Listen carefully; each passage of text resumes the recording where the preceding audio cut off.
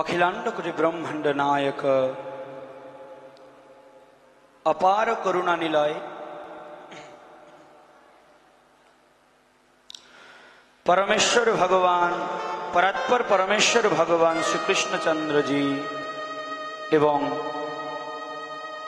हमारे प्यारे तुम्हारे प्यारे हम सबकी प्यारे श्री किशोरी जी सरकार श्रीमती राधा रानी श्री चरण कमल वंदना पूर्वक तत्पश्चात कलिजुग पावन अवतारी श्री कृष्ण चैतन्य महाप्रभु प्रेम दाता श्रीनिताई चाँद गौराना ठाकुर अद्वैत आचार्य गदाधर पंडित शिवास प्रभु पंचतत्व वर्गीय श्री चरण कमल स्मरण पूर्वक तत्पश्चात अस्मदीय परमाराध्य श्री गुरुदेव परमाराध्य परम गुरुदेव एवं गुरु परंपरा स्थित जत गुरुवर्गगण रयेछेन उहादेर श्रीचरण कमल स्मरण पूर्वक आज्ञा अनुज्ञा प्रार्थना पूर्वक आजकेर এই महती भागवतीय कृष्ण कथा आलोचना सभाय जे सकल गौर कृष्ण अनुरागी भक्तजन समवेत हयेछेन पूजनीय मातृमंडली एवं पितृवर्ग सकलेर श्रीचरण पादपद्मे व्यास गद्दी होते दासेर प्रणति। आमरा गतकाल श्रवण करेछिलाम किरूपे स्वार्थ शून्य हये भगवानेर भजन करा जाय भगवत भक्तिते सहायक लक्षणगुलो की एवं भक्त हृदये कोन लक्षणगुलो जाग्रत होले आमरा भगवत भक्ति थेके दूरे सरे जाई छिलाम किरूपे भगवत स्मरण करा जाय एवं भगवत भजने कलिजुगे कलिहत जीवेर उपरे महाप्रभुर जे कारुण्य घन अवदान এই অবদান কিরূপ ছিল আমরা শ্রবণ করেছিলাম सर्वत्र कृष्ण दर्शनेर फल किरूप হয় এবং सिद्ध महात्मा एवं सिद्ध पुरुष कादेरके बला जाए वैष्णवेर लक्षणगुलो की एवं सेखाने आमरा भक्तवत्सल भगवान एवं भगवत्पाद रामानुजाचार्येर उपमा दिएछिलाम आमरा श्रवण करेछिलाम नामदेव भक्त नामदेव तुकारामेर भक्तिमय जीवन जीवनी चरित्र गाथा आमरा श्रवण करेछिलाम सेई भक्तमाल ग्रंथ होते भगवत भक्तेर कथा। आज के द्वितीय दिन कालके एकटी कथा बोलेछिलाम जे महाजन तारा बोललेन प्रणमहि कलिजुग सर्वयुग सार हरिनाम संकीर्तन जाहाते प्रचार। महाजन कलिजुग के प्रणाम करलेन केन ओई जे बोललाम अनर्पितं चरिंगे चिरात करुणाय अवतीर्ण कलौ समर्पयितुमुन्नत युज्ज्वल रसाम सभक्ति श्रियम हरिपुरट सुंदरौ दुती कदम्ब सन्दिरिपितौ सदा हृदय स्कंदरे स्फुरतु वशचिनंदन। ওই তিন যুগে যা কিছু অর্পিত হয়নি গো যা গোলকে গোপন ছিল সত্য ত্রেতা দাপরে ভগবান কি আসেন নাই এসেছেন সত্য ত্রেতা দাপরে ভগবানের জন্য ভগবত ভক্তের জন্য ভগবান কি কিছু করেন নাই করেছেন কিন্তু তবুও মহাজন বারে বার কলিযুগের জন্মকে সার্থক কেন বললেন কারণ অষ্টবিংশতি কলিযুগ এই কলিযুগের ভাগ্যাকাশে উদিত হলো গৌরচন্দ্র নামক অকলঙ্ক গৌরচন্দ্র যেই চন্দ্রের কিরণে সমগ্র জগৎ আলোকিত হয়েছে সমগ্র বৈষ্ণব ভক্ত সমাজ মর্তবাসীগণ আলোকিত হয়েছে ভগবত ভক্তির সেই প্রেম রশ্মিতে ভক্তির রশ্মিতে আলোকিত হয়ে জগৎজীব জানতে পেরেছেন কিরূপে ভগবত প্রেমকে লাভ করা যায়, কিরূপে ভগবত ভক্তিকে প্রাপ্ত করা যায়, কিরূপে ভগবত চরণে স্মরণাগতি লাভ করে ভগবত ধাম পুনর্গমন করা যায়। কেন? কালকে বলেছিলাম সত্যযুগের সেই লক্ষ লক্ষ বৎসর তপস্যা করেও ভগবত স্মরণ, ভগবত পাদপদ্ম লাভ করতে পারত না। ত্রেতা যুগে যাগ যজ্ঞাদি তপস্যা করেও সহজে ভগবানের কাছে যাওয়া যেত না। কিন্তু কলিযুগে কলিহত জীবদের জন্য ভগবান এতটা কৃপা করে গেলেন, নম মহা বদান্যায় কৃষ্ণ প্রেম প্রদায়তে, সেই মহাবদান্যয় অবদান তিনি প্রদান করে গেলেন। কি কিরূপে সহজে ভগবত পাদপদ্ম স্মরণাগতি লাভ করা যায়, কিরূপে ভগবত ভজনকে করা যায়। মহাজন বললেন, মহাজনের যেই পদ তাতে হব অনুরত, পূর্বাপর করিয়া বিচার, সাধন শরণ লীলা, ইহাতে না করো হেলা, কায় মনে করিয়া সুষা। মহাজনের পথকে অনুসরণ করতে বললেন। মহাজন যেই পথে গমন করেছেন, মহাজন যেই পথ অনুসরণ করে ভগবত পাদপদ্ম লাভ করেছেন, সেই পথকে অনুসরণ করতে বললেন। আর বলে মহাপ্রভু কি দিয়ে গেলেন?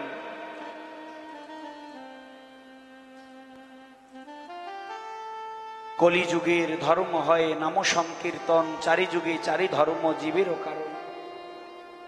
মহাপ্রভু গোলকের আনাধনকে, বিরিঞ্চির বাঞ্ছিত ধন জগতে দেন ফেলি, কাঙালে খাইল পাইয়ে নাচিয়ে দিয়ে করতালি। মহাজন বললেন সেই বিরিঞ্চির বাঞ্ছিত ধনকে মহাপ্রভু জগৎ মাঝে প্রচার করেছিলেন। শুনো শুনো সনাতন, শুনো হরিদাস, আমার আজ্ঞায় গুরু হইয়া তারো এই দেশ, প্রতি ঘরে ঘরে গিয়া করো এই ভিক্ষা, বলো কৃষ্ণ ভজ কৃষ্ণ করো কৃষ্ণ শিক্ষা। কত সুন্দর, কত সুন্দর সহজ সাবলীল পথকে মহাপ্রভু দিয়ে গেলেন। সত্যি কলিযুগের কলিজীবে কলিহত জীবের উপরে মহাপ্রভুর যে কৃপা। কিন্তু আমরা এমনই হয়েছি, মহাপ্রভু অকাতরে দিয়ে গেলেন। নিতাই চাঁদ বিচার করেননি কাউকে, যাকে পেলেন তাকে ধরে ধরে প্রেম দিয়েছেন, যাকে পেলেন তাকে ধরে ধরে প্রেম দিয়েছেন। ব্রাহ্মণ নাই, চণ্ডাল নাই, শূদ্র নাই, যবন নাই, যাকে পেয়েছেন হরি বলে বুকে জড়িয়ে নিয়েছেন। কিন্তু সেই শিক্ষাকে আমরা এখন অব্দি হৃদয়ে ধারণ করতে পারি, এখন অব্দি আমরা হৃদয়ে ধারণ করতে পারিনি। 200 বছর শাসন করে ইংরেজরা আমাদেরকে কিছু সংস্কৃতি ধরিয়ে দিয়ে গেছেন। হাফ প্যান্ট পরো, শার্ট পরো, গেঞ্জি পরো, চা খাও, কফি খাও, শরবত খাও। এগুলো তো আমাদের মধ্যে ছিল না। মহাপ্রভুর আমল থেকে এই সমস্ত অভ্যাসগুলো ছিল।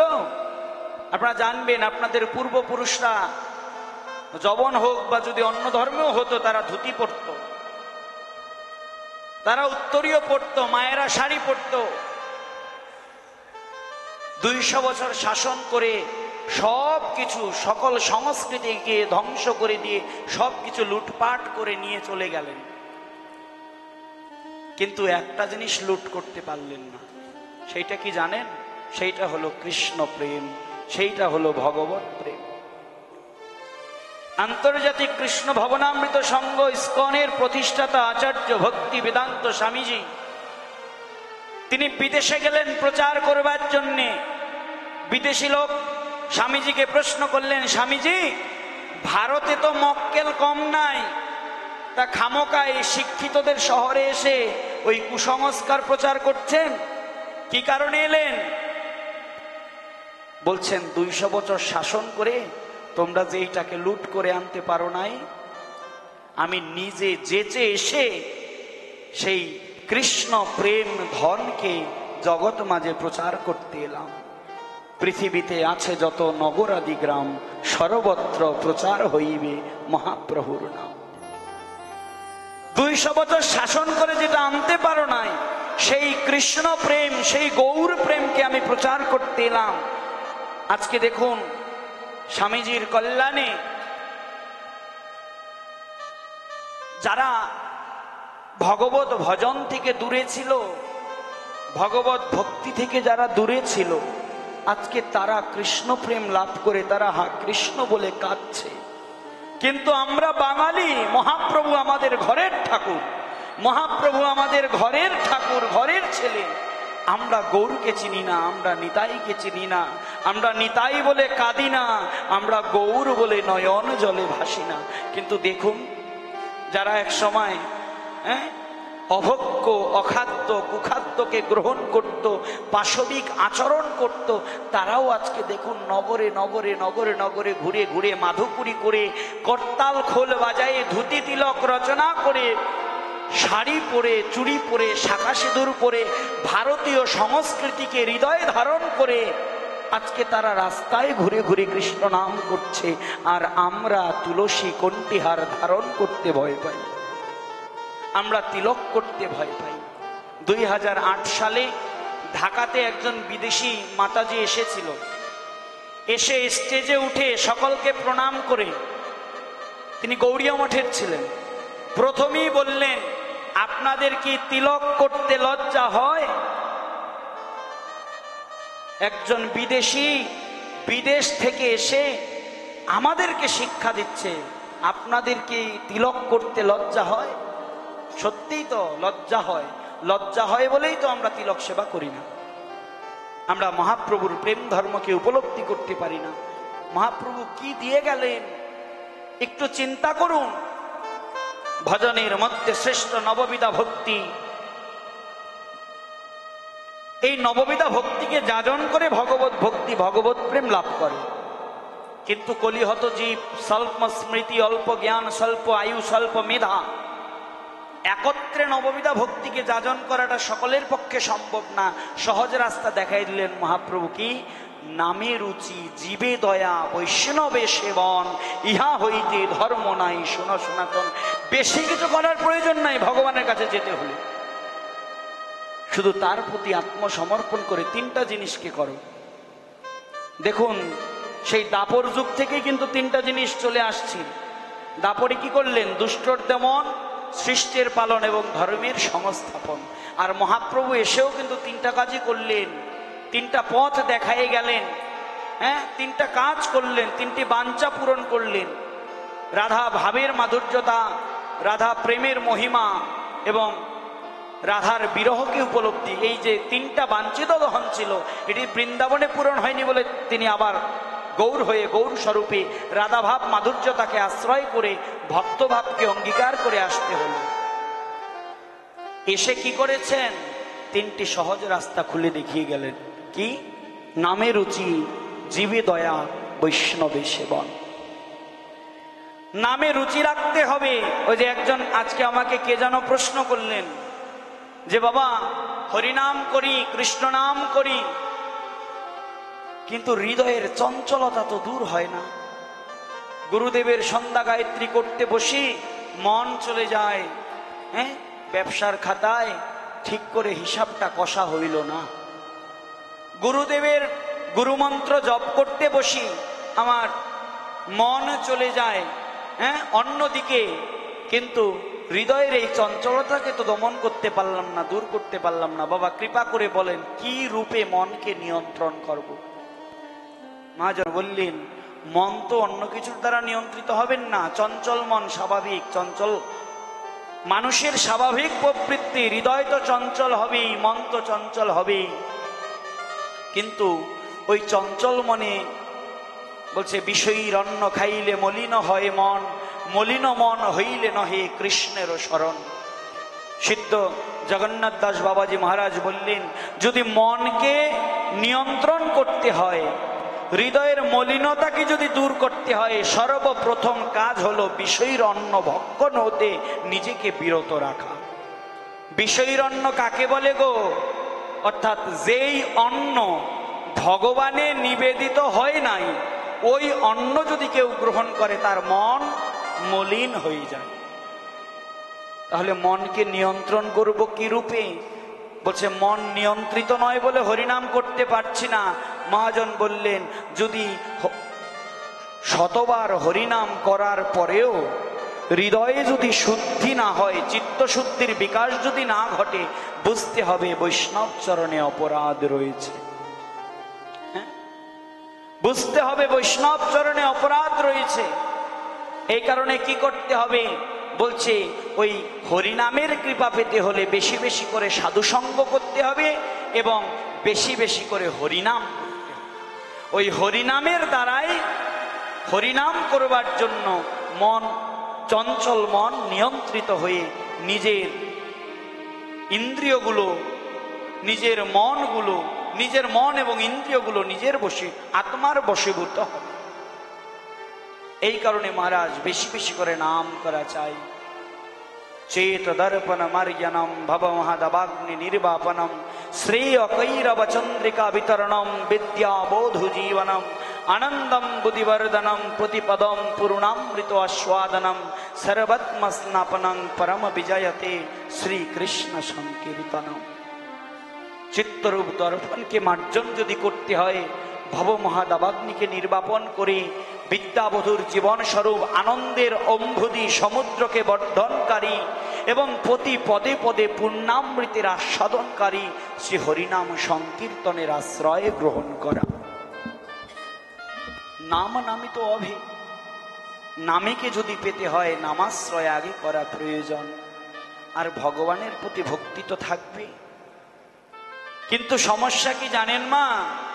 আমরা ভক্ত সঙ্গ করি, সাধু সঙ্গ করি, কিন্তু ভক্ত সঙ্গ করলে, ওই যে আজকে একজনকে প্রশ্ন করলাম, বাবা এখানে ভাগবত কথা কতদিন ধরে হচ্ছে? বলছে বাবা অনেক বছর ধরে ভাগবত কথা হয়। আমি বললাম এত বছর ধরে ভাগবত কথা হয়, ওই 2-4 জন হাতে গোনা ভক্ত ব্যতীত বাদ বাকি ভক্তদের মধ্যে কোনো পরিবর্তন নাই কেন? তখন একজন বললেন, বাবা ওরা তো পাঠ শুনতে আসে, তো একটা কান খোলা রেখে আসে, তো যখন এক কান দিয়ে ঢোকে অন্য কান দিয়ে বের হয়ে যায়, যার কারণে ওই পাঠের কথা পাঠের আসরে রেখে যায়, বাড়ি পর্যন্ত নিয়ে যায় না, যার কারণে কোনো পরিবর্তন লক্ষণ নাই। কিন্তু এইটা কি উচিত? ভাগবত কথা যদি শ্রবণ করি, সেই কথাকে আমার হৃদয়ে ধারণ করতে হবে এবং কর্মের দ্বারা প্রতিফলন করতে হবে, তবে শ্রবণ করাটা সার্থক। শ্রবণম মঙ্গলম। কিন্তু শ্রবণটা মঙ্গল, পূর্ণরূপে মঙ্গল কখন হবে? যখন আপনি নিজের মঙ্গলের কাজে লাগাবেন, তখন তো শ্রবণটা মঙ্গল হবে। যখন আপনি আত্মকল্যাণে শ্রবণের বিষয়বস্তুগুলোকে লাগাবেন, প্রতিফলন করবেন, তবেই তো শ্রবণটা আপনার মঙ্গল হবে। কিন্তু শ্রবণ করে যদি কথাগুলোকে প্রতিপালন না করেন, তবে শ্রবণ করে কি করলেন গো? শুধু শ্রবণ ইন্দ্রিয়ের পরিতৃপ্তি ঘটলো, মনে ভালো লাগলো, হ্যাঁ অমুক জায়গা থেকে পাঠক এসেছে, কত সুন্দর কথা বলেছে, বড় ভালো লেগেছে, পরের বছর আসলে আবারও শুনতে যাব সবাই মিলে। কিন্তু পরিবর্তনটা কোথায় করলেন? আমি একটা কথা প্রায় সময় বলি, আমার কথা তখন সার্থক হবে যখন আমার কথার দ্বারা একটা অন্তত মানুষ হরি পথের দিকে, হরিভক্তির দিকে অগ্রসর হবে। না হলে 2-2.5-3 ঘন্টা আলোচনা করে এখানে কোনো সার্থকতা নাই, শুধু বলেই গেলাম। সার্থকতাটা কোথায়? যখন একটা কথাকে আপনারা ধরবেন এবং ধরে সেই কথাটাকে আপনারা প্রতিপালনের দ্বারা নিজেদের হরিভক্তির দিকে আপনারা অগ্রসর, তবে আমার কথাটা সার্থক। জীবনে কারো বয়স 40, 30, 50, 60, 70, 80, কারো 45, 25। আপনারা জীবনে 100 বারের উপরে পাঠ শুনেছেন। সর্বনিম্ন 50 জন পাঠকের মুখে তো পাঠ শুনেছেন। 50 জন পাঠক এসে 50টি তত্ত্ব আপনাদেরকে দিয়েছেন। আচ্ছা বলেন তো মা, কোন পাঠকের কোন কথাটাকে ধরেছে? এই 30-45 বছর বয়সে যতগুলো পাঠকের পাঠ শুনেছেন, যদি অন্তত একটা পাঠককে তার অনুকূল্যে থেকে যদি তার যে কোনো একটা কথাকে ধরতে পারতেন, হয়তো ভগবত ভক্তিতে সিদ্ধি লাভ আপনার এই 30 বছরে হয়ে যেত। কিন্তু ওই যে শ্রবণ করে যায়, কিন্তু সেইটাকে আমরা হৃদয়ে প্রতিফলন করি না। ভগবত ভক্তিতে বললেন, মহাজন বললেন, সেবা করো, সেবা করো, সেবা করো। দায়িত্ব জ্ঞান নিয়ে সেবা করে যাচ্ছি, কিন্তু সেবাকে সেবা হিসেবে নয়, কর্ম হিসেবে দেখছি। আমরা মনে করি নিত্য নৈমিত্তিক কর্ম। গুরুদেব দীক্ষা দিয়েছেন, দীক্ষা দিয়ে গুরুদেব বলেছেন, বাবা প্রসাদ পাও, নিরামিষ পাও, ভগবানকে দিয়ে পাও, এইভাবে তুলসী পত্র দাও, ফুল দাও। তা গুরুদেব বলেছেন, গুরুদেবের বাক্য শিরোধার্য পালন করতে হবে। এই কারণে ওই গুরু বাক্য পালন করবার জন্য কর্তব্য কর্ম হিসেবে আমরা ভগবত কর্ম করি, যার কারণে ভগবত কর্মে আমাদের সিদ্ধি লাভ ঘটে না। কিন্তু মহাজন বললেন, ভগবত কর্মকে, ভগবত সেবাকে কখনো কর্ম হিসেবে সাধারণ নিত্য নৈমিত্তিক কর্মের সঙ্গে মেলালে চলবে না।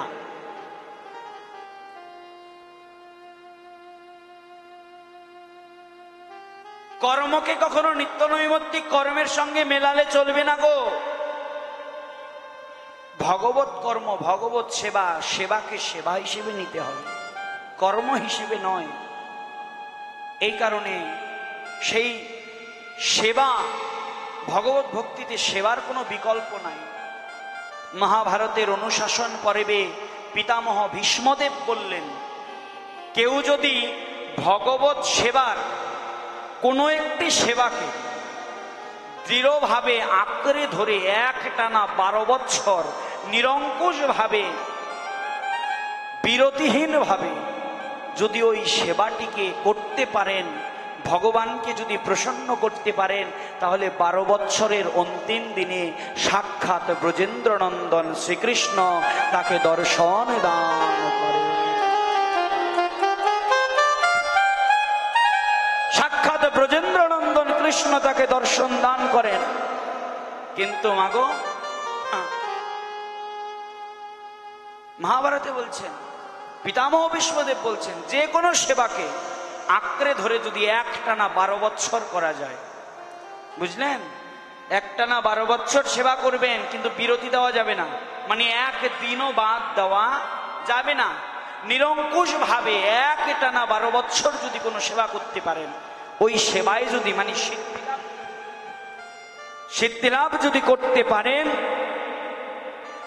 তাহলে ওই সেবার দ্বারা আপনি ভগবত ভক্তি তো লাভ করবেন, প্লাস সাক্ষাৎ ভগবান 12 বৎসরের অন্তিম দিনে আপনাকে দর্শন দান করবেন। এটা মহাভারতের কথা। তো আপনারা তো শ্রবণ করে গেলেন, জানি না বাড়ি পর্যন্ত পৌঁছাইবে কিনা, কিন্তু জানেন শ্রীধাম বৃন্দাবনে গোকুলে নন্দগাঁওয়ে একজন ভক্ত ছিল, তার নাম ছিল ভক্ত কৃষ্ণদাস। কৃষ্ণদাস বাবাজি বৈরাগ্য বেশ নিয়ে নন্দগাঁওয়ে গোকুলে ছোট্ট একটি ঝুপড়ি নির্মাণ করে তিনি সেইখানে বসে বসে ভজন করতেন।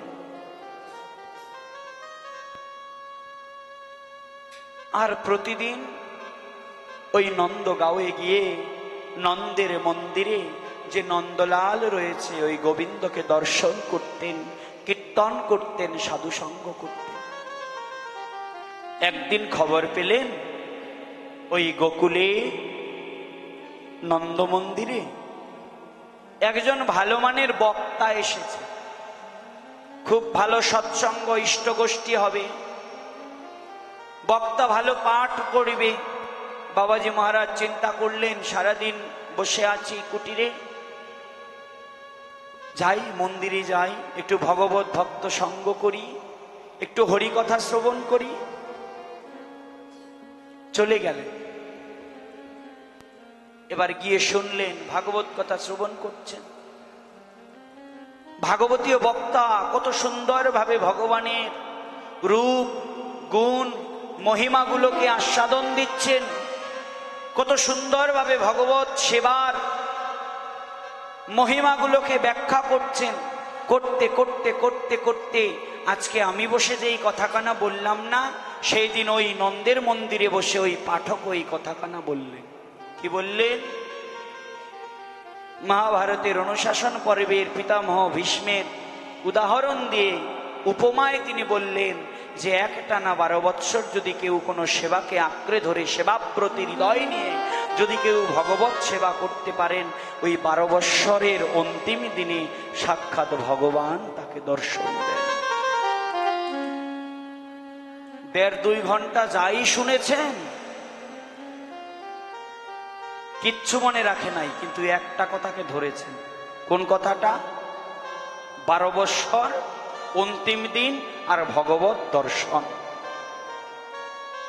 ওমা, মৃত্যুর পরে যে ভগবানকে লাভ করবে, মৃত্যুর পরে যে ভগবত ধামে প্রবেশ করে গোবিন্দের সেবা অধিকার লাভ করবে, এইটার কি গ্যারান্টি? এই যে ভজন করছি, আমার ভজনটা কি আদৌ সিদ্ধ হচ্ছে? আমার ভজনটা কি আদৌ হচ্ছে? নিশ্চয়তা নাই। মৃত্যুর পরে ভগবানকে লাভ করব, ভগবানের ধামে যাব, এই কথাটা চিন্তা করছো। মহাজন বলছেন মৃত্যুর পরে কি হবে না না হবে সেইটা চিন্তা করে এখন তুমি ভারাক্রান্ত হইও না। যদি ভগবানকে দর্শন করতে হয়, মৃত্যুর আগে জীবিত অবস্থায় ভগবানকে দর্শন করো। মৃত্যুর পরে কি হবে না হবে, স্বর্গে যাবে, নরকে যাবে, না গোলকে যাবে, বৈকুণ্ঠে যাবে, সেই কথা ভেবে লাভ নাই। যদি ভগবত দর্শনের ইচ্ছা থাকে, যদি বাঞ্ছা থাকে, তাহলে সেইটা এই জনমে, এই জীবিত অবস্থায়, এই জড়চক্ষুর দ্বারা চেষ্টা করো। দিব্য দেহ লাভ করে, দিব্য ভাবের দ্বারা, যোগসিদ্ধির দ্বারা, ভগবত সেবার দ্বারা, গুরু কৃপার দ্বারা যেন ভগবত দর্শন করতে পারো। কি গো, বিবেকানন্দকে দেখাইছিলেন না? পরমহংস দেবের কাছে গিয়ে নরেন বললেন কি যে আপনি ভগবান দেখেছেন? রামকৃষ্ণ পরমহংসদেব কি বলেছেন? বলছে তুই কি দেখবি নাকি? আমি দেখেছি, তুই দেখবি? তো বলছে যে দেখ, দেখিয়েছিলেন না? গুরুদেব শিষ্যকে ভগবত দর্শন করিয়েছিলেন না? হাতে ধরে ভগবত দর্শন করিয়েছে। তাহলে परम श्रद्धेय परम पूजनीय प्रेमानंद दास बाबा जी महाराज के प्रश्न करलेन, सदगुरु की कृपा, भगवत की कृपा कैसे मिलेगा? কিভাবে সদ্গুরুর কৃপা হবে, ভগবানের কৃপা হবে, ভগবত দর্শন কি রূপে হবে? प्रेमानंद बाबा दृप्त कंठे बोललेन, अगर कोई सदगुरु का मंत्र एक निष्ठा से जप करे तो उस जप के द्वारा भगवत स्मरण, भगवत कृपा ही मिलेगा। सद्गुरु मंत्र जपेर द्वारा सद्गुरुर कृपा अवसम्भावी मिलबे। सद्गुरुर मंत्र जपेर द्वारा भगवत दर्शन अवसम्भावी घटबे। यदि आपनी जपेर मतो निष्ठा सहित जपेर मतो यदि जप करते पारेन एबं जपे यदि सिद्धि स्तর आनते पारेन, अर्थात जपे यदि सिद्धिता लाभ करते पारेन, तबे मने मने कृष्णदास बाबाजी बोलছেন, गोकुले आছি, ब्रजे आছি, देहान्तरेर परे भगवानेर काछे जेते पारी बा ना पारी तार तो निश्चयता नाई। यदि पाठकेर कथा सत्य हय, यदि भगवत भक्तेर बक्तार कथा यदि सत्य हय, ताहले एई शेषबारेर मतो एकटी साधनाके आमि बेছে निलाम। आमि 12 বৎসর साधना करब। केन? এই মোর অভিলাষ, ওই 12 বৎসরের অন্তিম দিনে আমি যেন সাক্ষাৎ ব্রজেন্দ্র নন্দনকে দর্শন করতে পারি। চলে গেলেন বাবাজি। ওই যে বললেন একটি সেবা,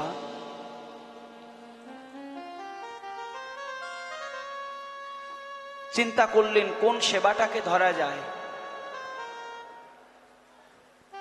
এই কৃষ্ণদাস বাবাজি একটি সেবাকে ধরলেন।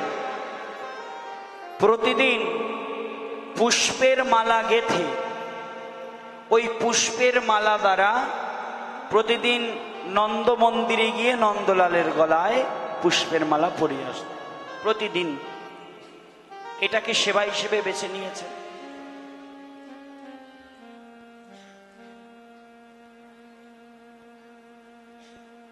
পুষ্পের মালাটা গাঁথছেন, কিন্তু কিভাবে গাঁথছেন জানেন?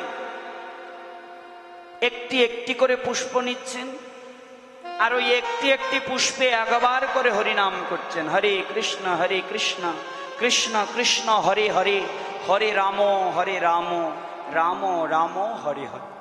একটি করে পুষ্পের মালা নিচ্ছেন, কৃষ্ণ নাম করছেন, একটি করে পুষ্পগুলোকে গাঁথছেন।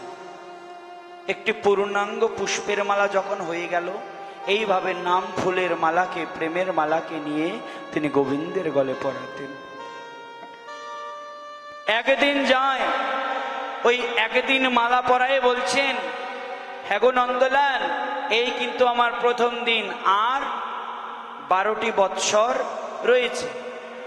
এইভাবে দিন রাত কেটে যায়, দিন রাত কেটে সপ্তাহ, সপ্তাহ গিয়ে মাস, মাস গিয়ে বছর, বছর গিয়ে আস্তে আস্তে দেখা গেল 4 বছর, 5 বছর, 6 বছর কেটে যাচ্ছে, চলে যাচ্ছে, দিন চলে যাচ্ছে।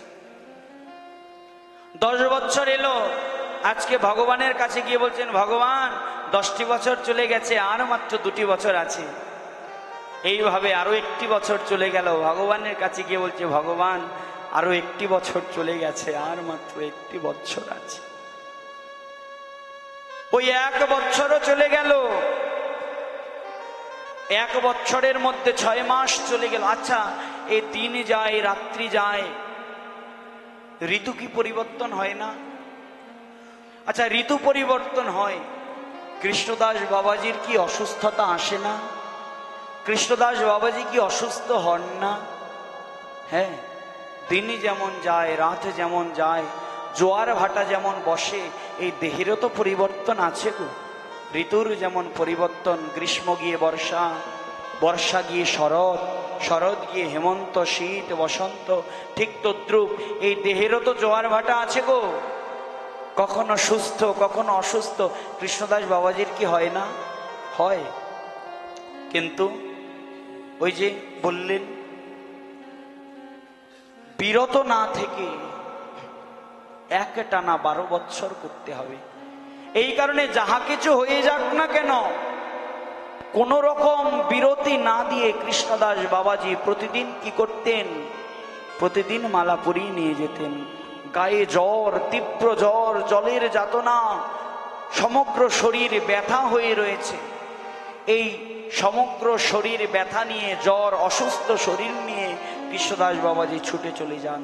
ঝড় ঝঞ্ঝা, বৃষ্টি, তুফান, বাতাস নাই, সব কিছুকে দূরে ঠেলে দিয়ে কেবলমাত্র ভগবত, ওই যে লক্ষ্য একটাই, অন্তিমে ভগবত স্মরণ। কৃষ্ণদাস বাবাজি ছুটে চলে যান নন্দগাঁওয়ে। দেখুন, আর ভগবত ভজনে আমরা কি করি? গুরুদেব বলেন, বাবা মাসের মধ্যে 2টো একাদশী, বছরে 24টা, 3 বছর অন্তর 26টা পড়ে। অর্থাৎ যেই বছর পুরুষোত্তম মাস পড়ে, আষাঢ় মাসে যেই বছর পুরুষোত্তম মাস পড়বে অধিমাস, সেই বছর 2টো একাদশী বেড়ে যায় 26টা, আর বাদ বাকি বছর 24টা। গুরুদেব দীক্ষা দিয়ে বলে দেন, হরি দীক্ষা নিয়েছিস, বিষ্ণু দীক্ষা নিয়েছ, কৃষ্ণ নাম শ্রবণ করেছ, গুরুচরণাশ্রয় করেছ, এখন থেকে বিষ্ণু ব্রত পালন করু। আর আমরা অজুহাত দেই, বাবা ডাক্তার ঔষধ দিয়েছে, খালি পেটে তো ঔষধ খাওয়া যাবে না, ডাক্তার অসুস্থ, হ্যাঁ ডাক্তার অসুস্থতার জন্য নির্দেশ দিয়েছে ভালো মন্দ খাইতে, এই কারণে একাদশী থাকলে তো আর ডাক্তারের আদেশ মানা হবে না। ও মা, আরে সাধু, যেই সাধু হচ্ছে ভবরোগের ডাক্তার, আর জড়রোগের ডাক্তার হচ্ছে জাগতিক ডাক্তার। সাধু আপনাকে বলছেন আপনি মাসে 2টো একাদশী করুন, সাধুর কথা আপনি শুনলেন না, কিন্তু ডাক্তারের কাছে গেলেন, ডাক্তার বলছে পেটের ব্যামো হয়েছে। কি হয়েছে? কোলেস্টেরলের মাত্রা বেড়ে গেছে, ফ্যাটি লিভার, অন্তত মাসের মধ্যে 2 বার উপবাস থাকুন, ভাত, সাদা সাদা খাবার কম কম খাবেন, তেলযুক্ত মশলাযুক্ত আহার কম করবেন। ডাক্তার বলেছেন রোগের জন্য আপনি আহার কমিয়ে দিলেন, কিন্তু সাধু যে বলল সংযম ব্রত পালন করো, সাধু যে বলল একাদশী ব্রত পালন করো, আপনি সাধুর কথা শুনলেন না। সাধু বলেছে বাবা মঙ্গল আরতিতে নিদ্রা ত্যাগ করে ভোরে ভোরে উঠো, পাখির সঙ্গে ঘুমাতে যাও, পাখির সঙ্গে ঘুম থেকে উঠো, সূর্যোদয়ের আগে ঘুম থেকে উঠে ভগবত স্মরণ করো, মন্ত্র স্মরণ করো, এবং সূর্য উদয়ের পরে বা সূর্য উদয়ের আগে বা উষা লগ্নে, সূর্য উদয় লগ্নে খালি পায়ে মৃত্তিকার উপরে তোমরা প্রভাতের সেই প্রভাত ফেরি করো, অর্থাৎ যেটাকে আপনারা বলেন যে হাঁটা, মর্নিং ওয়াক নাকি সকালের হাঁটা। সাধু বললেন যে জপমালাটা নিয়ে যাও, জপে জপ হবে আর খালি পায়ে মাটির উপর দিয়ে হাঁটবে, শরীরের কুশর হবে। সাধুর কথায় আপনি শুনলেন না, বাঁধিয়ে নিলেন সুগার, হয়ে গেল ডায়াবেটিক্স, এখন তো রোগের আর শেষ নাই। ডাক্তার বলছেন হাঁটো, সকালে হাঁটো, বিকালে হাঁটো, দুপুরে হাঁটো, বসে থাকা যাবে না, মিষ্টি কম খাও, চিনি কম খাও, কিন্তু সাধুর কথা শুনলেন না। সাধু আপনাকে বলল ভক্ত সঙ্গ করো, হৃদয় পবিত্র হবে, হৃদয় নির্মল হবে। আপনি ভক্ত সঙ্গ করেন না, কিন্তু ডাক্তার বললেন যে যদি মনের মলিনতাকে দূর করতে হয়, মন ভালো নাই, ডাক্তার মন রোগের তো কোনো ওষুধ দিতে পারে না। ডাক্তারের কাছে গেলেন, কিচ্ছু ভালো লাগে না, খাওন লনও ভালো লাগে না, খালি বইয়া থাকি, কারো লগে কথা কই না, মিশি না, চলি না, ফিরি না, করমুতা কি? ডাক্তার বললেন তাই এক কাম করেন। কি কাম? যে যেখানে মানুষজন আছে, পুরনো বন্ধু বান্ধব, তাদের সঙ্গ করেন, পুরনো স্মৃতিগুলোকে পুনঃস্মরণ করেন, দেখবেন হৃদয়ে ভালো লাগবে, মনে ভালো লাগবে। কিন্তু সাধু বলছেন ভক্ত সঙ্গ করো, আপনি সাধুর কথা শুনলেন না। সাধুর কথা বললেন কি, ও মন সংসারে মজিলি, গৌরাঙ্গ ভুলিলি, না শুনিলি সাধুর কথা, ইহকাল পরকাল দুকাল খোয়ালি, কাটিলি আপন মাথা। আমাদের বড় সমস্যা হচ্ছে আমরা সাধুর কথা শুনি না, আমরা নিজেরাও বিষয়ী। ওই সাধুর কাছে যখন যাই, তখন সাধুর কাছে গিয়েও আমরা বিষয় কামনা করি। বাবা হাতটা একটু দেখা দেন, পোলাটার বিয়া হয় না, মেয়েটার বিয়া হয় না, বাবা হাতটা দেখা দেন, রোগ সারে না। সাধু কি খনকারি করতে বসছে এখানে? হ্যাঁ বাবা একটু আশীর্বাদ দিয়ে দেন যেন ছেলের চাকরিটা হয়ে যায়, তা চাকরির ক্ষতি নিয়ে বসছে সাধু। আরে যে সকল কিছুকে ত্যাগ করে বিষয় বৈরাগ্যতা গ্রহণ করে, পিতা মাতা পরিবার পুত্র পরিজন বিষয় আশয় সম্পত্তিকে পরিত্যাগ করে যিনি বৈরাগী হয়ে বৈরাগ্য জীবনকে ধারণ করেছেন, আপনি তার কাছে গিয়ে বিষয় কামনা করছেন। এটা হয়? এটা হয়? এটা প্রকৃত লক্ষণ ভক্তের, বৈষ্ণবের? এই কারণে বললেন যে সাধুর কথাকে ধরতে হবে, বৈষ্ণবের কথাকে শ্রবণ করতে হবে, ভক্তের কথাকে মর্যাদা দিতে হবে। আজকে দেখুন কৃষ্ণদাস বাবাজি ধরলেন বলেই তো বিরতিহীন ভাবে একটা বিশ্বাস রেখে এক টানা তিনি 12 বৎসর সাধনা করে যাচ্ছেন।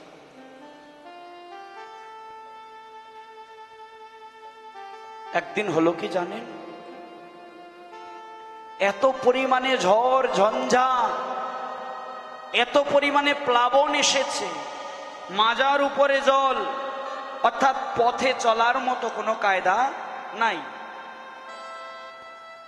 কিন্তু আজও যে এখনো যে আরো 2-3টি মাস বাকি, 12 বৎসর তো এখনো পূর্ণ হয়নি, মাথার উপরে একখানা কলা পাতার ছত্রিকা দিয়ে, একখানা ফুলের মালা নিয়ে ভক্ত কৃষ্ণদাস এই বন্যার মধ্যে চললেন, গোবিন্দের গলে মালা পরাবেন।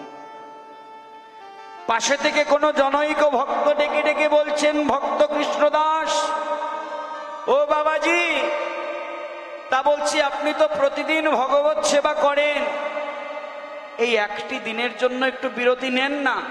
এমন ঝড় ঝঞ্ঝা প্লাবনের মধ্যে, এত জলের মধ্যে দিয়ে যান, যদি কোনো কীট পতঙ্গে এসে আপনাকে দংশন করে, তবে তো বেঘরে প্রাণটাকে হারাতে হবে। বাবাজি ডেকে ডেকে বলছেন, জনৈক ভক্তকে, ভক্ত তুমি কি মহাজনের কথা শোনো নাই? তুমি কি পদাবলীর কথা শোনো নাই? বলছে মহাজনের কথা। মহাজন কি বলেছেন? মহাজন বলছেন ঝঞ্ঝঞ্ঝার মধ্যে এরকম প্লাবনের মধ্যে গিয়ে ভগবত সেবা করতে? বলছেন না গো। হ্যাঁ, মহাজনকে বলেছেন এমন দুর্দিনের মধ্যে ভগবত সেবা করতেন? বাবাজি বলছেন না গো, ও ভক্ত। মহাজন কি বলেছে তুমি জানো না? বৈষ্ণব পদাবলিতে মহাজন বললেন, মেঘে ঢাকা দিন তো নয় দুর্দিন। দুর্দিন কোন দিন? বলছে যেই দিন হতে একদিন আমরা কৃষ্ণ ভজন হতে বিরত থাকি, ভগবত স্মরণ হতে বিরত থাকি, ভগবত স্মৃতি থেকে আমরা বিরত থাকি, মহাজন ওই দিনকে বললেন দুর্দিন। আমরা বলি অশৌচ অশৌচ অশৌচ অশৌচ। এ অশৌচ কাকে বলে? অশৌচ শব্দের অর্থ কি? আক্ষরিক অর্থে যদি আপনি অশৌচ বিচার করতে যান তাহলে অশৌচ শব্দের অর্থ সুচিতা নয়, এটাই অশৌচ। কিন্তু বৈষ্ণবীয় ভাবদর্শে রসদর্শনে যদি অশৌচের বিচার করতে যান তাহলে অশৌচ শব্দের অর্থ অশৌচের দিন সেই দিন যদি কোনো দিন আপনি ভগবত স্মরণ হতে নিজেকে বিরত রাখেন, ওই দিনকে অশৌচের দিন বলেছেন। আপনি অশুচি কখন হবেন? যখন আপনি কৃষ্ণ স্মৃতি হতে নিজেকে বিরত রাখবেন। যদি কোনোদিন জিহ্বাগ্রে কৃষ্ণ নামকে উচ্চারণ করবেন না, যদি কোনোদিন এই চক্ষু দ্বারা কোনো বৈষ্ণব ভক্তকে দর্শন করবেন না, যদি কোনোদিন হস্তের দ্বারা ভগবত নামকে স্মরণ জপ করবেন না, যদি কোনোদিন পদের দ্বারা হেঁটে গিয়ে কোনো ভক্ত সঙ্গ করবেন না, ভগবত দর্শন করবেন না, বললেন ওই দিন আপনার অশৌচের দিন। কিন্তু যিনি কৃষ্ণ ভক্ত তার আবার অশুচি কিসের? যদি প্রতিনিয়ত কৃষ্ণ স্মরণ করেন সেটা তো পরম শৌচ। যদি প্রতিনিয়ত কৃষ্ণ ভজন করেন সেটা তো পরম শৌচ। বাবা মহারাজকে গিয়ে একজন বলছেন, বাবা ভাদ্র মাসে লাউ খাইতে নাই, এই অমুক মাসে অমুকটা খায় না, হ্যাঁ দধি খায় না, শাক খায় না, এগুলো বর্জন, নিয়ম সেবা, চাতুর্মাস্য ব্রত। বাবা মহারাজ বলছেন যে চাতুর্মাস্য ব্রত প্রণাম করি, সম্মান করি, কিন্তু নিয়ম সেবা শব্দের অর্থ কি? বলছেন নিয়ম সেবা শব্দের অর্থ হলো নিয়মের মধ্যে থাকা, অর্থাৎ ভগবত ভক্তিতে যাহা কিছু বিরোধী, ভক্তির ক্রমবিকাশের যাহা অন্তরায়, সেইগুলো থেকে বিরত থাকা। বলছেন বৈরাগী হইছ, সংসার ত্যাগ করছ, ভগবত ভক্ত হয়েছ, যেদিন থেকে সংসার ত্যাগ করে ভগবানের পথে নেমেছ সেই দিন থেকে তোমার নিয়ম সেবা শুরু হয়ে গেছে।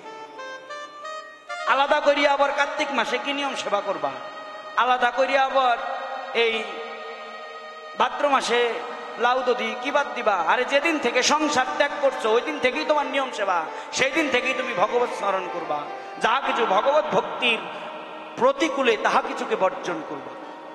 আমরা তো সংসারী জীব, সংসারে থাকি, আমাদের তো আর বছরান্তে সবসময় ভগবত ভজন সেইভাবে হয় না, নিয়ম নিষ্ঠা পালন হয় না। এই কারণে গৃহস্থ ভক্ত এবং বিশেষ করে আশ্রমের ভক্তদের জন্য চাতুর্মাস্য ব্রতকে কঠিন করলেন, যে এটা দৃঢ়ভাবে, কারণ মহাপ্রভু সাক্ষাৎ ব্রত পালন করেছিলেন। কিন্তু ভাবময় ভাবে রসশ্রোতাগণ বললেন যে নিয়ম সেবা তো একজন ভগবত ভক্তের জন্য সারা জীবনই নিয়ম সেবা। হ্যাঁ, মঙ্গল আরতি করা, ভোরে ওঠা, নিয়ম নিষ্ঠাভাবে স্নানাদি করা। এখন তো এই বিষয়ে আমি প্রায় সময় বলি, মানুষ বাথরুমে গিয়া স্নান করে না, কি দুর্গন্ধের ব্যাপার রে বাবা, বলা উচিত না? বেশ স্নান করা উচিত, অসমর্থ হলে পঞ্চাঙ্গ। শুধু তাই না, মহাজন বললেন দিবা নিদ্রায় যদি কেউ 2 ঘন্টার অধিক ঘুমায় তাকেও পুনরায় স্নান করতে হবে। স্নান না করে সে আহ্নিক করতে পারবে না, সে মন্ত্র স্মরণ করবে না। বলে গোসাই ভাড়া থাকি, জলের বিল উঠবে, এই উশিলা দিলে হবে না, ভজন ভজনই। যদি অসমর্থ হন সর্বনিম্ন পঞ্চাঙ্গ স্নান করবেন, তারপরে বসন পরিবর্তন করবেন, কিন্তু শিষ্ঠা সদাচার নিয়মগুলোকে পালন করতে হবে। কিন্তু সাধুর কথা তো ধরেন না, করবেন কি করে? এই কারণে বললেন মহারাজ সাধুর কথাকে ধরতে হবে, সাধুর কথাকে হৃদয়ে ধারণ করতে হবে, প্রতিপালন করতে হবে। কৃষ্ণদাস বাবাজি বলছেন মহাজন বৈষ্ণব পদাবলীতে গাইলেন, মেঘে ঢাকা দিন দুর্দিন নয়, দুর্দিন যদি কোনো দিন, দুর্দিন সেই দিন যেই দিন আমরা কৃষ্ণ স্মরণ থেকে নিজেদেরকে বিরত রাখি। এই প্লাবনের মধ্যে বাবাজি চলে গেলেন, গিয়ে নন্দলালকে মালা পরালেন। দেখতে দেখতে 11টি বৎসর 12টি বৎসর কেটে গেল, 6 মাস চলে গেল। আর আজকে বলছেন প্রভু আর মাত্র 5 মাস। আস্তে আস্তে দেখা গেল 5 মাসও চলে গেল, 12 বৎসরের অন্তিম দিন, অর্থাৎ একদিন আগে, অন্তিম দিনের একদিন আগে, শেষ দিন যেদিন হবে তার একদিন আগে মহাজন বললেন কিন্তু 12 বৎসর পর্যন্ত যেতে হবে। কিন্তু একদিন আগে গিয়ে বাবাজি মহারাজ নন্দলালের কানে কানে বলছেন, ওমা আচ্ছা তোমরাই বিচার করো, যদি তোমরা দৃঢ়ভাবে বিশ্বাস করো যে পরশুদিন আমার ঘরে ভগবান আসবে, তোমাদের হৃদয়ের উৎফুল্লতাটা কেমন হবে গো। কিছুক্ষণ পরে পরে গিয়ে দেখবে, ইস সূর্যের দিকে তাকাবে, কখন দিন যাবে, কখন রাত হবে, কখন রাত গিয়ে কখন দিন হবে, কখন পরশুদিন আসবে। আজকে ভগবত দর্শন করবার জন্য কৃষ্ণদাস বাবাজির মনে এমন আকর্ষণ, তার একটি দিন যেন 1 বৎসরের সমান। চলে যায় দিন, চলে যায় রাত, চলে যায়, শুধু ভগবত দর্শনের লালসা নিয়ে শুধু অপেক্ষা করে চলেছেন কখন সূর্য উদিত হবে, কখন 12 বৎসরের অন্তিম দিন আসবে, আর কখন প্রাণ গোবিন্দ আমার গৃহে এসে আমাকে দর্শন দেবে। একদিন আগে কৃষ্ণদাস বাবাজি গিয়ে নন্দলালের গলায় ওই ফুলের মালা পরিয়ে কানে কানে বলছেন, নন্দলাল, ও নন্দলাল, তুমি তো ব্রজনাথ, তুমি তো রাধানাথ, তুমি তো যশোদার নয়নমণি, তুমি তো ভক্তবৎসল ভগবান। দীর্ঘ 12টি বৎসর আমি একটানা তোমাকে সেবা করেছি, কেন জানো? শুধু হৃদয়ে একটি অভিলাষ। কি অভিলাষ? ওই 12 বৎসরের অন্তিম দিনে যেন আমি তোমাকে দর্শন করতে পারি। ও প্রভু, কালকেই তো সেই অন্তিম দিন, কিন্তু তোমাকে বলে রাখি ভাই, ও প্রভু তোমাকে বলে রাখা ভালো, কালকে অন্তিম দিনে কিন্তু আমি তোমার কাছে আসব না, কারণ আমি তো জানি তুমি অন্তিম দিনে আমার কাছে যাবে আমাকে দর্শন দিতে। তো যাবে যখন, কালকে কৃপা করে তুমি একটু আমার গৃহে পদধূলি দিও, তোমার নিমন্ত্রণ রইল। কাল আর আমি আসবো না প্রভু, কালকে তুমি যাইও, তুমি গিয়ে তোমার ভক্তকে একটু কৃপা করিও।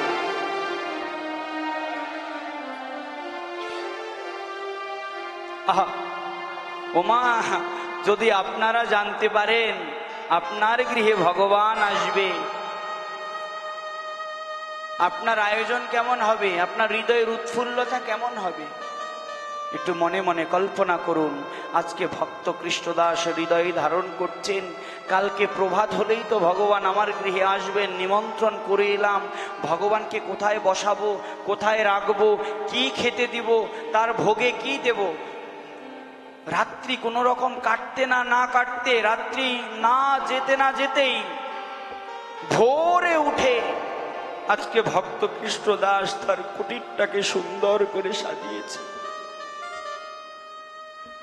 বিভিন্ন বনফুলে মালা গেঁথে গেঁথে কুটিরটাকে সাজিয়েছেন, ভগবান আসবেন। যেই পথ দিয়ে আমার ভগবান আসবেন ওই পথটাকে পুষ্প দিয়ে সজ্জিত করলেন। গৃহের মাঝে একটি সিংহাসন পাতলেন। সিংহাসন তো নাই, বাবাজি মানুষ মাদুকুরি করে খায়। ওই একটি মাটির ঢিপির উপরে একখানা মখমলের কাপড় বিছাই দিলেন। ওই কাপড়গুলো বিছায়ে উপরে পুষ্পের পাপড়ির দ্বারা সজ্জিত করে দিলেন। আবার মনে মনে চিন্তা করছেন, আমার ভগবান তো কত কমল নয়ন, তার হৃদয় কত কোমল, তার অঙ্গ কতটা কোমল। যদি ওই পুষ্পের পাপড়ির সঙ্গে আমার ভগবান অঙ্গে ব্যথা পান, আহা, আমি শুনেছি ভগবান যখন বৈকুণ্ঠে থাকেন লক্ষ্মী দেবী তার চরণ সেবা করেন। যেই লক্ষ্মী দেবীর হস্ত কমল সহস্র পদ্মপাপড়ির ন্যায় কোমল, সেই লক্ষ্মী দেবীও নাকি কখনো কখনো পদসেবা করতে করতে করতে করতে ভগবানের চরণে নাকি লাল দাগ হয়ে যায়। তাহলে বুঝতে হবে ভগবানের চরণ কতটা নরম। আর সেই ভগবান যদি এসে আমার এই শক্ত হৃদয় মন্দিরে যদি ওই মাটির ঢিপির উপরে বসে, আমার ভগবানের অঙ্গে যে বড় আঘাত লাগবে। ওই পুষ্প পাপড়িগুলোকে বিছাই দিয়ে আবার পুষ্পের পাপড়ির উপরে ফুলের রেণুগুলোকে ছড়াই দিলেন। পুষ্পের পাপড়ি অপেক্ষা কিন্তু ফুলের রেণুগুলো বেশি কোমল হয়। ওই রেণুগুলোকে ছড়াই দিলেন, সুন্দর করে সুসজ্জিত আসন প্রস্তুত করলেন। আর কি করলেন? বলে ভগবান আসবে বলে কথা, ভগবানের জন্য 36 পদ 56 ব্যঞ্জন তিনি রান্না করলেন, রসই করলেন। কত মিষ্টি মিহিদানা, কত প্রকারের কত আয়োজন, নানাবিধ আয়োজন করি করে নিবেদন। হ্যাঁ, ওই নানাবিধ আয়োজন করে 56 ব্যঞ্জন রসই করে আজকে ভগবানের রত্ন সিংহাসনের চারপাশে সাজালেন। কেন? আমার ভগবান আসবে। আমার ভগবান যদি আসে তাকে কি আমি না খাইয়ে রাখবো? ওই ভগবানকে সেবা দেওয়ার অভিলাষ নিয়ে আজকে ভক্ত ভগবানের জন্য কত কিছু রসই করেছে। দেখতে দেখতে সূর্য গড়িয়ে প্রাত সময় চলে গিয়ে পূর্বাহ্ন, ভগবানের কিন্তু দেখা নাই।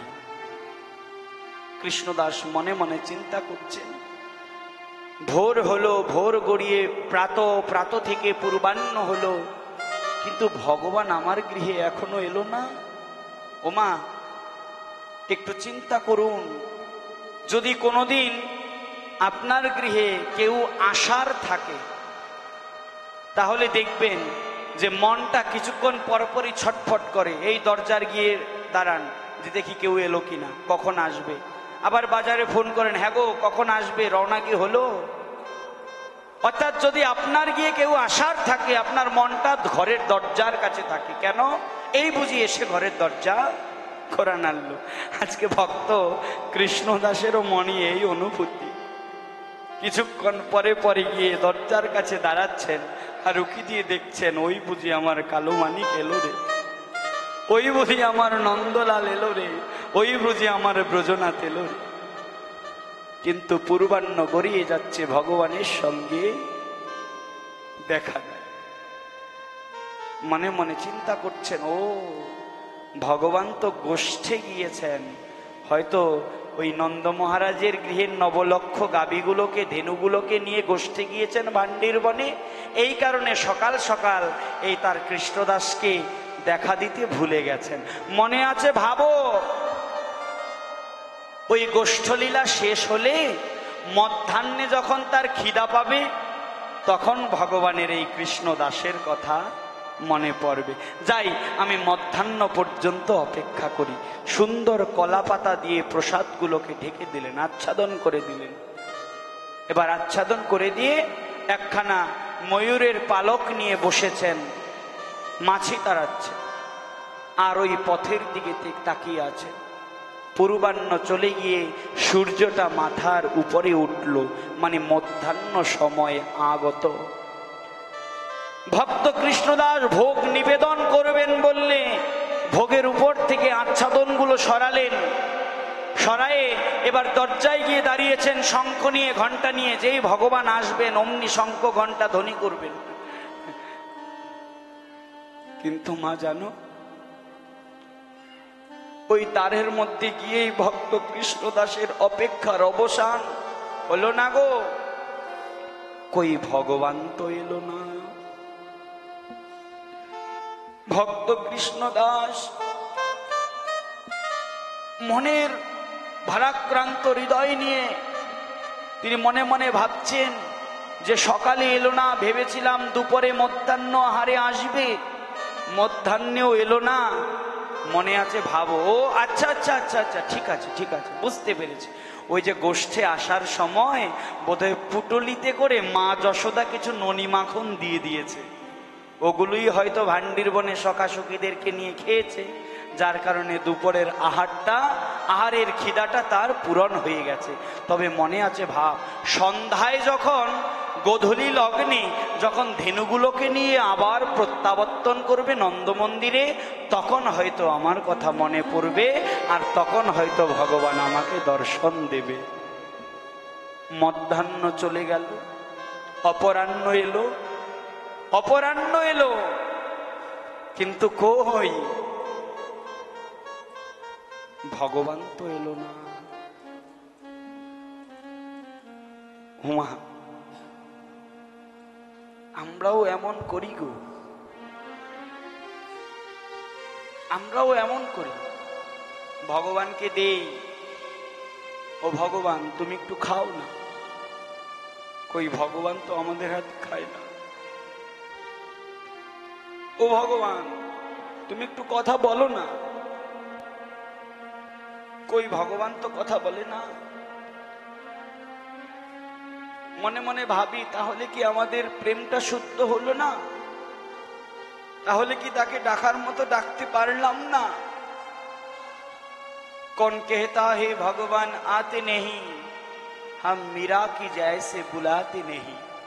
कौन कहता है भगवान खाते नहीं, हम मैया यशोदा की जैसे खिलाते नहीं।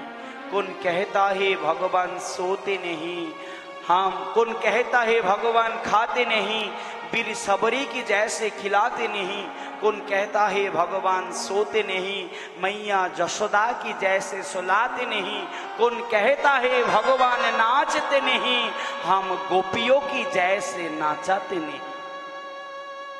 मीराबाई बोललेन भगवानও আমাদের হাতে খেত, খায় না কেন জানো?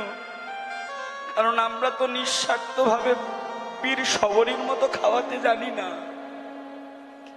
বীর সবরী কি করেছিলেন? একটা একটা করে ফল নিয়ে নিজে আগে কামড়ে দেখেছেন ফলটা মিষ্টি নাকি টক। যেই ফলটা টক ওটাকে ফেলে দিয়েছে।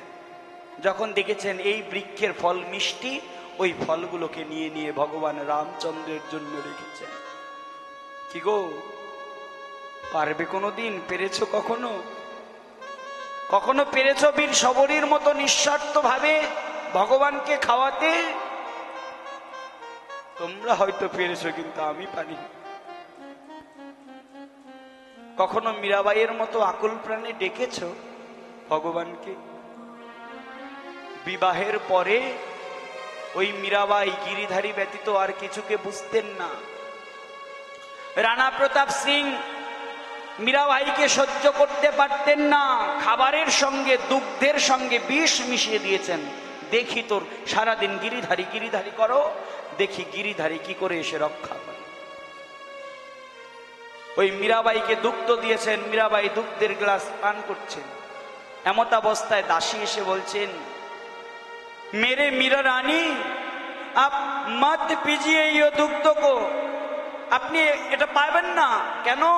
আমি গোপন সূত্রে খবর পেয়েছি আপনাকে মারার জন্য এই রানা প্রতাপ সিং এই দুধের মধ্যে বিষ মিশিয়ে দিয়েছে। মীরাবাই কি করেছিল জানো? মীরাবাই বলেছিল, দাসীরে আমি তো কৃষ্ণপ্রসাদ ব্যতীত কিছু গ্রহণ করি না। এই দুগ্ধটা যখন এনেছে আমি তখন এটা ভগবানকে নিবেদন করে দিয়েছি। এখন যে এই প্রসাদ আমাকে পেতেই হবে। যদি আমার ভাগ্যে যদি প্রসাদ পানে মৃত্যু লেখা থাকে, আমি সেই মৃত্যুকে ফুলের মালার মতো বরণ করে নেব, কিন্তু তবু আমি প্রসাদচ্যুত হব না। সঙ্গে সঙ্গে দুধটাকে পান করলেন। মীরাবাইয়ের তো কিছু হলো না। খবরটা চলে গেল রানার কানে। রানা যেই দাসের দ্বারা বিষ মিশিয়েছেন ওই দাসকে ডেকে পাঠালেন, এই শুনে যা, তোকে না বললাম বিষ দিতে, বিষ দিয়েছিস? মহারাজ দিয়েছি। তাহলে মীরা মরলো না কেন? বলছেন সেটা তো বলতে পারবো না। বলছে তাহলে এই বিষ দেওয়া দুধ তুই খা। বলছে আমি বিষ দিয়েছি। বলছে না তুই বিষ দেসনি। বলছে আমি দিয়েছি মহারাজ। বলছে যদি দিয়ে থাকিস তাহলে প্রমাণ করে দেখা, তুই দুধ খেয়ে দেখা। সঙ্গে সঙ্গে যে বিষ দিল সেই দুধটাকে পান করলো। দুধ পানের সঙ্গে সঙ্গে তার দেহ ছেড়ে প্রাণপাখি চলে গেল। একই সবাই চমক লেগে গেল। একই যেই দুধ মীরা খেলো ওই দুধে মীরা মরলো না, কিন্তু এ মরে গেল। মীরা রানীকে ডেকে পাঠাও, কে কোথায় আছো? মীরাবাই এলেন। মীরাবাই এসে বলছেন এর এমন অবস্থা কি? বৈদ্যকে ডাকতে পাঠালেন। বৈদ্য এসে বললেন বিষের দ্বারা ক্ষতিকর বিষ পান করে এর এই পরিস্থিতি হয়েছে। বলছেন একই দুধ তো মীরাবাইও পেয়েছে, কিন্তু মীরাবাই মরল না। কে কোথায় আছো? মীরাবাইকে ডেকে পাঠাও। মীরাবাই চলে আসলেন। মীরাবাই এসে বলছেন, ওই রানাকে বলছেন তুমি কি সত্যি বিষ দিয়েছ? বলছে হ্যাঁ, আমি তোমাকে মারার জন্য বিষ দিয়েছি। তীব্র বৈরাগ্য চলে এলেন মীরাবাইয়ের। আপন স্বজন, আপন আত্মীয়, আমাদেরও দেখা যায় গো মাহা সংসারে, দেখবেন কখনো কখনো নিজের লোক আমাদের বিরুদ্ধে গিয়ে দাঁড়ায়। যাকে আপনি পথ দেখালেন সে একদিন আপনার পথের কাঁটা হয়ে দাঁড়াবে। पापियों को पाप से दे तारती, श्री भागवत भगवान की है आरती।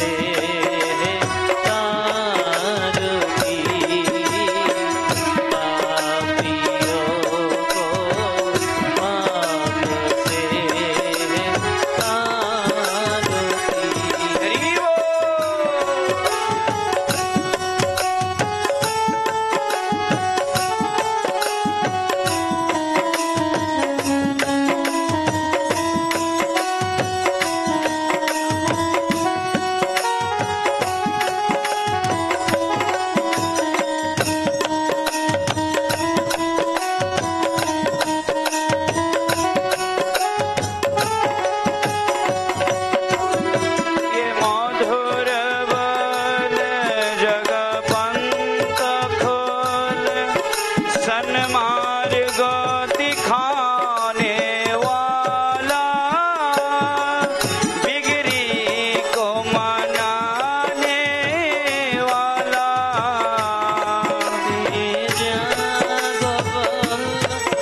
जगबंध खोल जगबंधों में जाने वाला, बिगड़ी को बनाने वाला, ये मधुर बोल जगपंथ खोल, सन्मार्ग बताने वाला,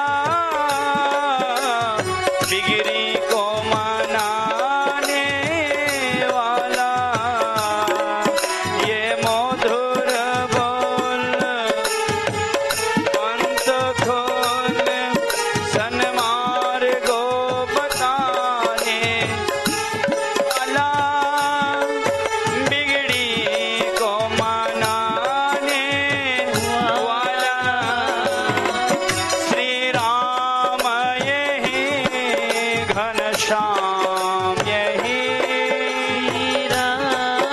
हरि बोल। घनश्याम यही, श्री राम यही घनश्याम यही, राम यही, घनश्याम यही, श्री राम यही घनश्याम यही, श्री राम यही, घनश्याम यही, प्रभु की महिमा की आरती, पापियों को पाप से रे तारती, श्री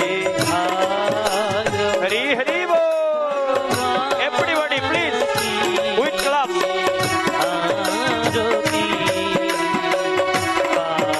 करताली सेवा करके सब लोग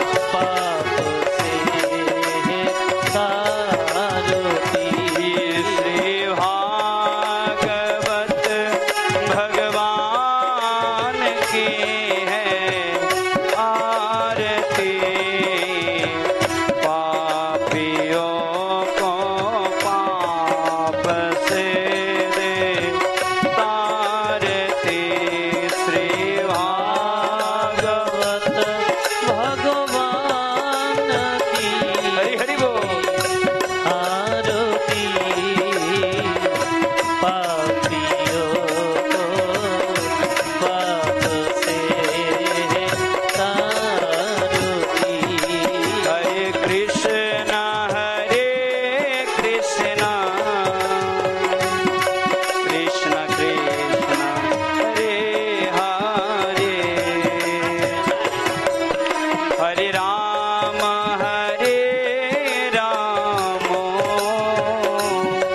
राम राम हरे हरे।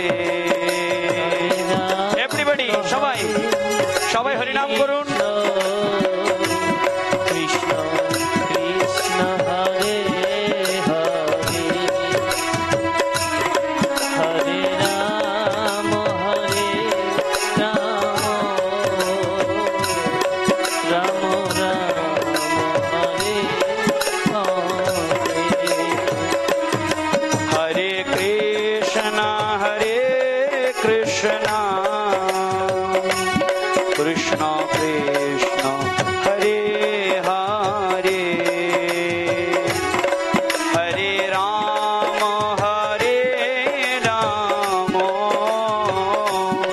राम राम हरे हरे, হরে কৃষ্ণ হরে সবাই করতালি দিচ্ছেন না কেন? 10-5 মিলে নিজ দাঁড়িতে বসিয়া কীর্তন করো সবে হাতে তালি দিয়া, সবাই কীর্তন করুন। হরে ভুবন মঙ্গল সবাই রাম রাম রাম হরে হরে, हे हरे कृष्ण कृष्ण हरे कृष्ण कृष्ण कृष्ण हरे हरे हरे राम राम राम हरे हरे हरे कृष्ण कृष्ण कृष्ण हरे हरे हरे राम राम हरे हरे हरे कृष्ण कृष्ण कृष्ण कृष्ण हरे हरे